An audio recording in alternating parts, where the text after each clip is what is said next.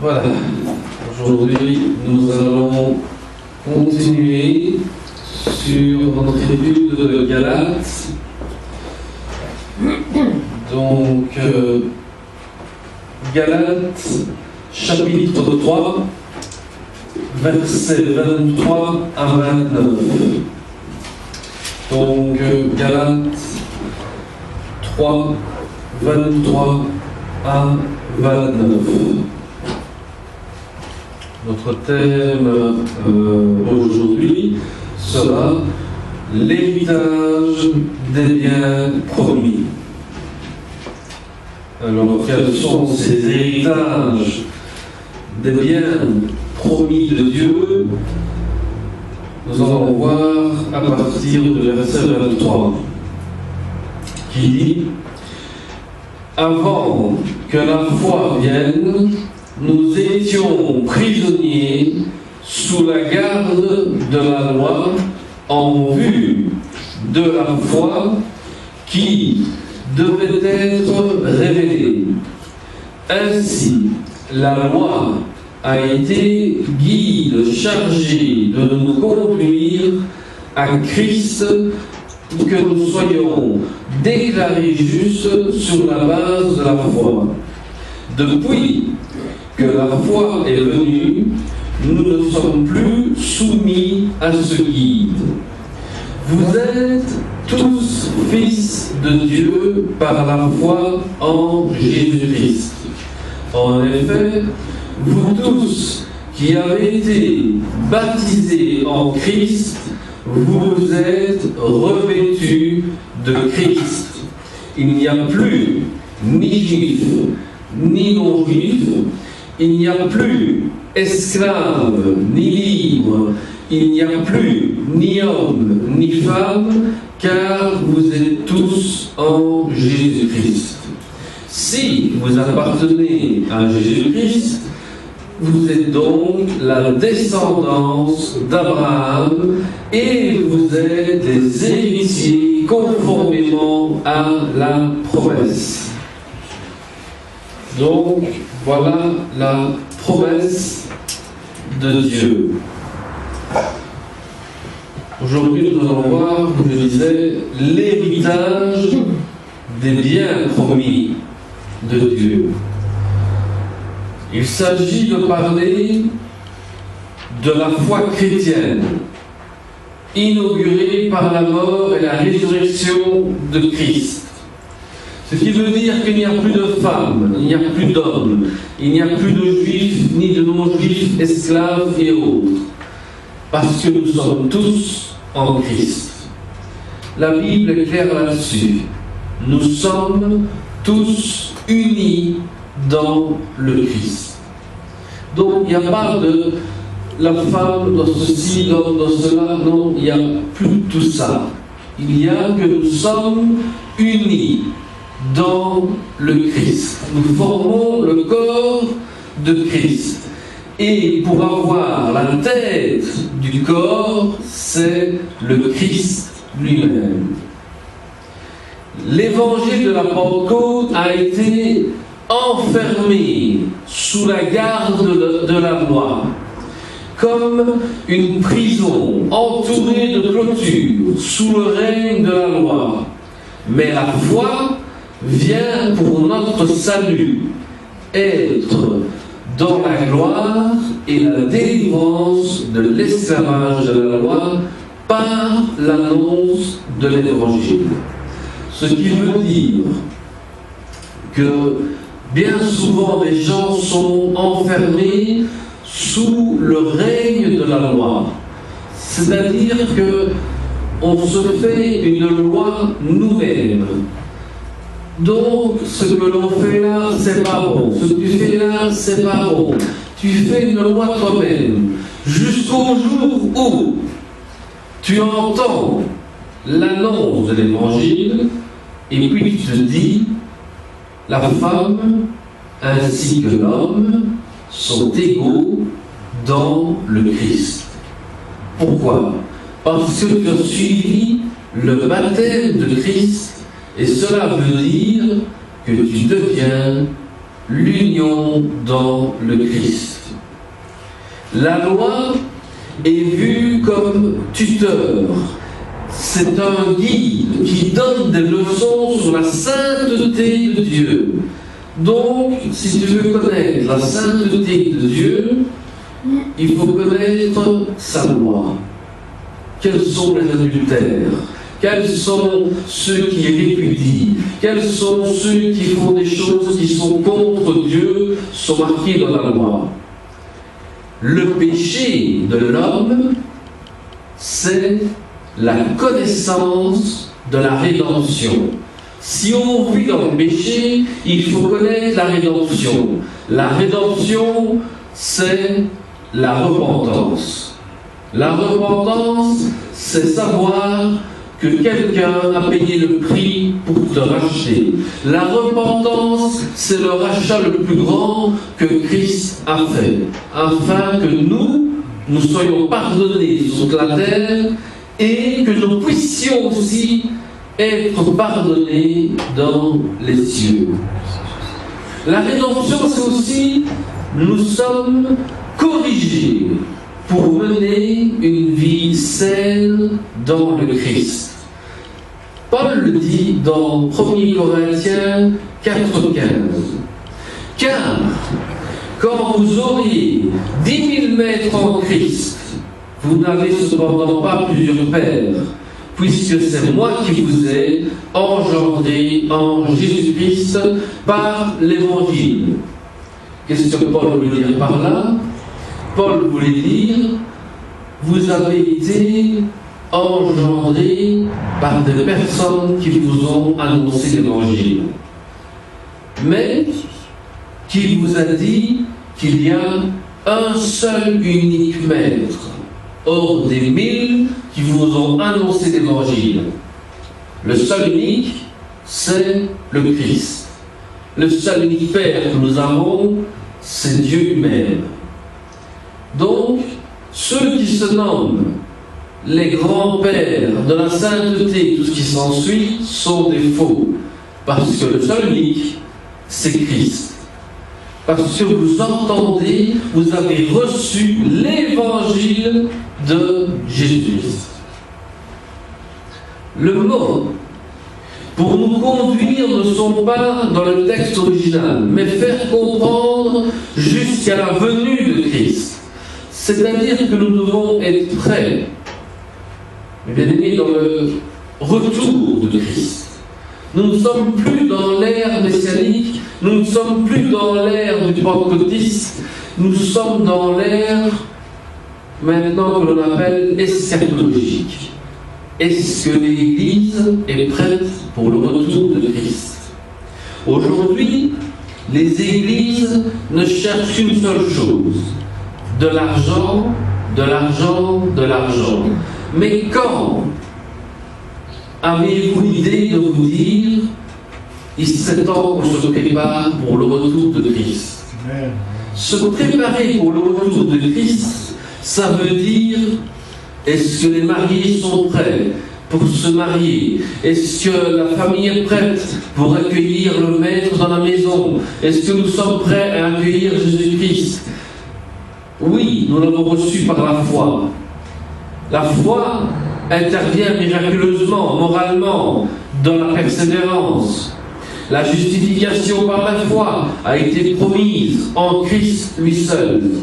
Mais sommes-nous prêts pour le retour de Jésus-Christ? La foi chrétienne, quand elle est reçue, nous ne sommes plus sous la loi, mais on enseigne que l'homme n'est pas justifié par la loi. La loi ne vous justifie pas. La loi vous donne un exemple de sainteté.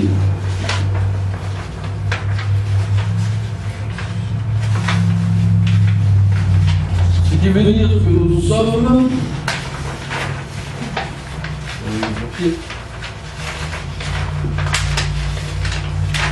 donc nous sommes préparés à parler de la prédication, de la justification par la foi. Donc, quand on entend parler de l'Évangile, que nous avons l'enseignement de l'Évangile, c'est une préparation pour annoncer la justification par la foi. Un privilège de devenir un enfant de Dieu. Exode 4, 2, 12 dit: L'Éternel lui dit: Qu'y a-t-il dans ta main? Il répondit: Une verge. L'Éternel dit: Jette-la par terre. Il la jeta par terre, elle devint un serpent. Moïse fouillait devant lui. L'Éternel dit à Moïse: Étends ta main et saisis-le par la queue. Il étendit la main et le saisit le serpent et redevint une verge dans sa main. C'est là, dit l'Éternel, ce que tu feras, afin qu'ils croient que l'Éternel, le Dieu de leur père, t'est apparu, le Dieu d'Abraham, le Dieu d'Isaac et le Dieu de Jacob. L'Éternel dit encore: Mets ta main dans ton sein. Il mit sa main dans son sein, puis il la retira. Et voici, sa main était couverte de lèpre, blanche comme la neige. L'Éternel dit: Remets ta main dans ton sein. Il remit sa main dans son sein, puis il la retira de son sein, et voici, elle était redevenue comme sa chair. S'ils ne te croient pas, dit l'Éternel, et n'écoutent pas la voix du premier signe, ils croiront la voix du dernier signe. S'ils ne croient même pas à ces deux signes, et n'écoutent pas ta voix, tu entendras le flot du fleuve, tu le répandras sur la terre, et l'eau que tu auras prise du fleuve deviendra du sang sur la terre. Moïse dit à l'Éternel: Ah Seigneur, je ne suis pas un homme qui ait la parole facile, et ce n'est ni d'hier ni d'avant-hier, ni même depuis que tu parles à ton serviteur, car j'ai la bouche et la langue embarrassées. L'Éternel lui dit: Qui a fait la bouche de l'homme? Et qui rend muet ou sourd, voyant ou aveugle? N'est-ce pas moi l'Éternel? Va donc, je serai avec ta bouche, et je t'enseignerai ce que tu as à dire. Bien souvent, nous avons peur d'aller annoncer l'Évangile. Pourtant, Dieu te donne des signes pour parler de l'Évangile. Dieu te donne des signes pour dire que son retour est proche. Mais pourtant, les gens ont peur de parler, comme Moïse. Mais si tu as peur de parler, n'aie pas peur de l'écrire. D'autres vont le lire, d'autres vont l'enseigner, même aussi je dirais, pour dire ce qu'il y a de précieux sur le retour de Christ. Mais la chose qu'on oublie, c'est l'eau. Le corps, s'il n'a pas de l'eau, la personne meurt de soif. L'eau, on fait de tout avec. Du coca, du Fanta, de l'eau normale, de la grenadine, tu fais de l'eau, n'importe quel mélange que tu veux. Mais si tu as juste l'ingrédient, mais tu n'as pas l'eau, comment peux-tu faire ton ingrédient sans l'eau? Si on pollue l'eau, eh bien, nous allons mourir de soif. Les gens aujourd'hui meurent de soif de Dieu. Ils ne croient plus en Dieu. Pourquoi? Parce qu'ils sont déçus de comment on a enseigné l'évangile de Dieu. Aujourd'hui, nous sommes appelés à reparler de cet enseignement, de dire: ouvre ta bouche, et quand tu l'ouvres, c'est Dieu qui enseignera ce que tu as mis dans ta bouche. L'union avec le Christ lors de la conversion devient importante. Le baptême montre que nous sommes membres de Christ. Dès que nous sommes baptisés, nous montrons à toute l'assemblée que nous sommes un membre de l'Église de Christ. Publiquement, on montre la soumission au Christ. On atteste que nous commençons une nouvelle vie avec le Christ et que nous revêtons le Christ. C'est-à-dire que nous montrons des choses nous montrons d'abord que nous voulons être un disciple de Christ par le baptême. On commence une nouvelle vie avec le Christ. Et ensuite, quand on revêt le Christ, nous avons une robe blanche pour dire nous sommes lavés dans l'eau et nous sommes purifiés par l'eau parce que le Christ nous a rachetés au plus grand prix. Nous sommes tous un ou une personne en Christ. Dieu est le ministère que nous avons reçu et reconnu par celui ou celle qui a été recouvert de l'Esprit de Dieu, comme on voit dans Genèse 1, 27. Dieu créa l'homme à son image. Il le créa à l'image de Dieu. Il créa l'homme et la femme. C'est un débat qui a toujours été très difficile à faire comprendre. Dieu crée l'homme et la femme. Ensuite, il y a d'autres versions qui disent Dieu créa l'homme et ensuite la femme. La version hébreu dit Dieu a créé l'homme et ensuite la femme. Donc, il y a ce moment où l'homme a voulu créer Dieu à son image. Être l'image de Dieu, c'est comment tu montres l'amour de Dieu qui était versé en toi. Comment est-ce que tu fais sortir le Saint-Esprit que tu as reçu qui est en toi aussi? Beaucoup se disent chrétiens, mais beaucoup ne sont pas pratiquants. C'est-à-dire, faisons pas comme les catholiques, je suis catholique non pratiquant, catholique pratiquant, il y a même des protestants, des évangéliques, des pentecôtistes, pratiquants, non pratiquants. On porte juste le nom de l'église où tu vas.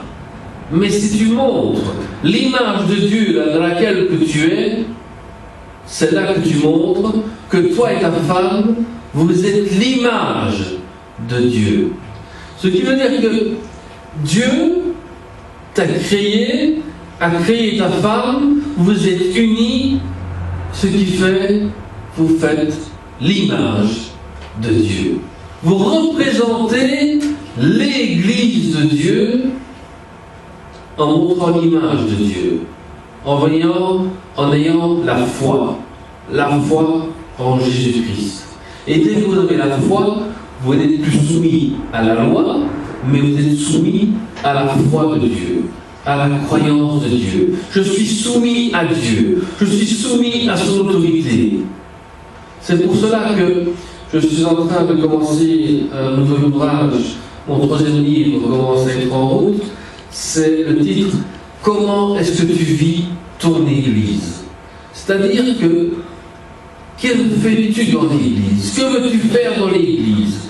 Qu'est-ce que tu fais dans l'Église? Qu'est-ce que tu apprends dans l'Église? Je fais un travail pour la faculté de temps, et c'est aussi sur le Vatican par rapport aux pentecôtistes. Quelles sont les différences que nous avons? Pourtant, il y a une très grande différence. Mais la différence, c'est qu'eux aussi cherchent le Saint-Esprit, mais ne le met pas en pratique. Nous, on cherche le Saint-Esprit, on le met en pratique. Voilà le problème qui se passe. Nous oublions même que nous sommes dans une guerre spirituelle. Nous oublions que nous avons aussi le retour de Christ.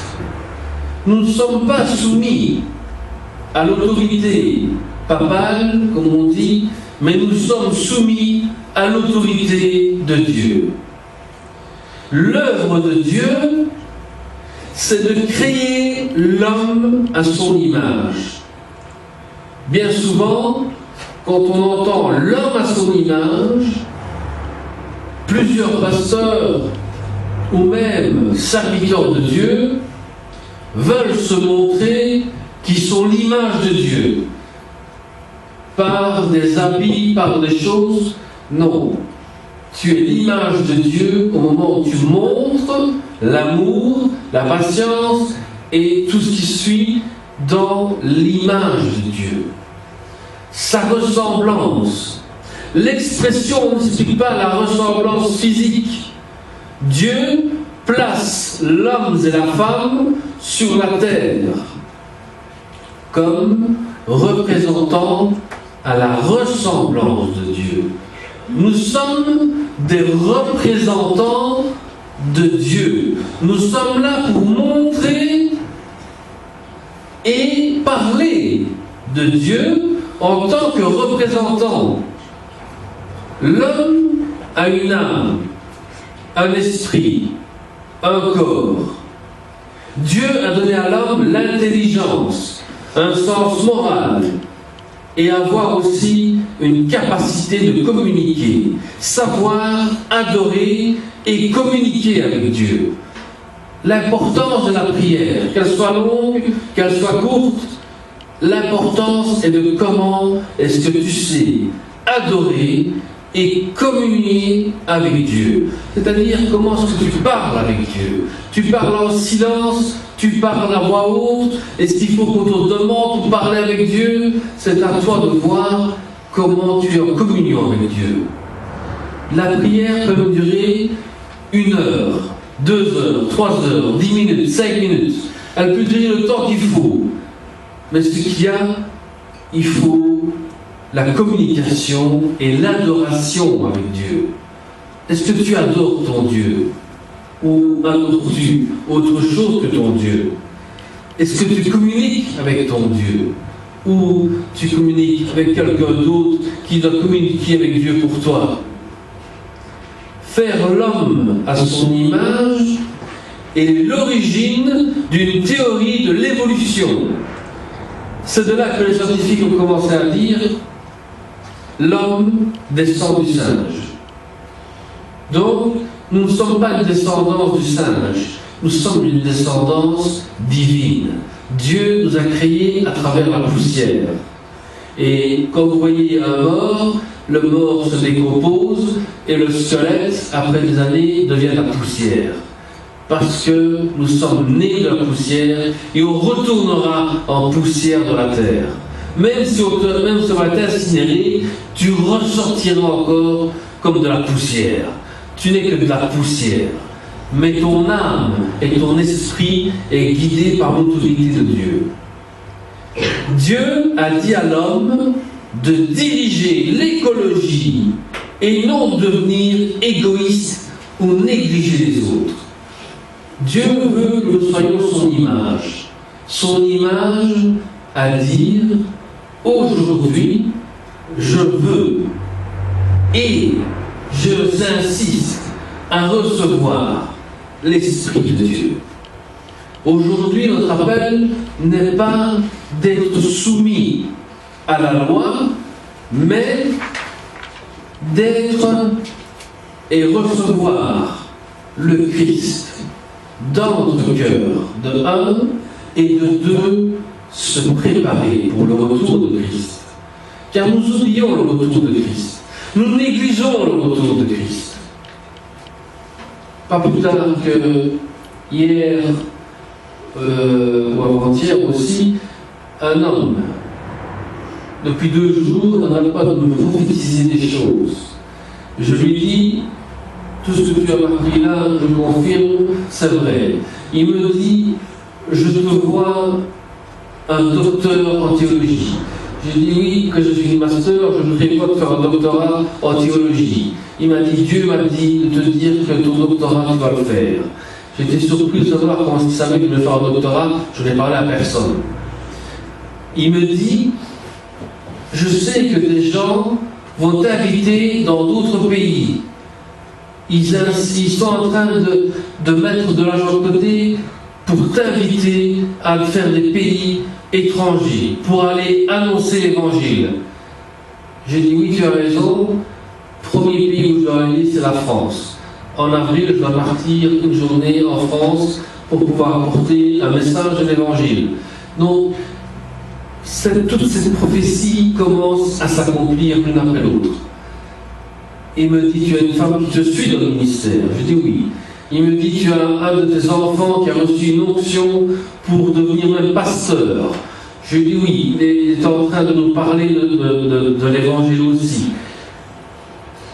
Toutes les prophéties sont en train de s'accomplir. Il me dit, ce que tu as fait pour que Dieu se serve de toi, et ici, sans orgueil, je vous dis ça, c'est que tu as dénoncé Satan tel qu'il était, dans toute sa couture, et qu'il des églises s'attendent pour former d'autres pasteurs à pouvoir annoncer le retour de Christ et aussi savoir dénoncer Satan dans toute sa couture. J'ai été surpris quand il m'a dit tout ça. Et au jour d'aujourd'hui, plus j'avance et plus je vois que les choses sont en train de s'accomplir. Hier, il m'a dit, Dieu m'a dit de te dire, tout accompli, tu n'as plus qu'à commencer le travail. Et je peux vous assurer que le travail commence déjà le mois prochain. Mon 3e livre va commencer à s'écrire. Une invitation déjà faite pour la France. Nous avons plein de choses qui sont en train de se mettre en route. Nous, on ne s'imagine pas, mais tout se met en route. Il m'a dit, tu seras un enseignant. J'ai été surpris quand Dieu lui a lâché tout ce qu'il y avait à venir. Et aussi, nous espérons qu'il puisse venir aussi un jour ici, nous parler aussi, car toutes ces prophéties qu'il a dit sont en train de s'accomplir.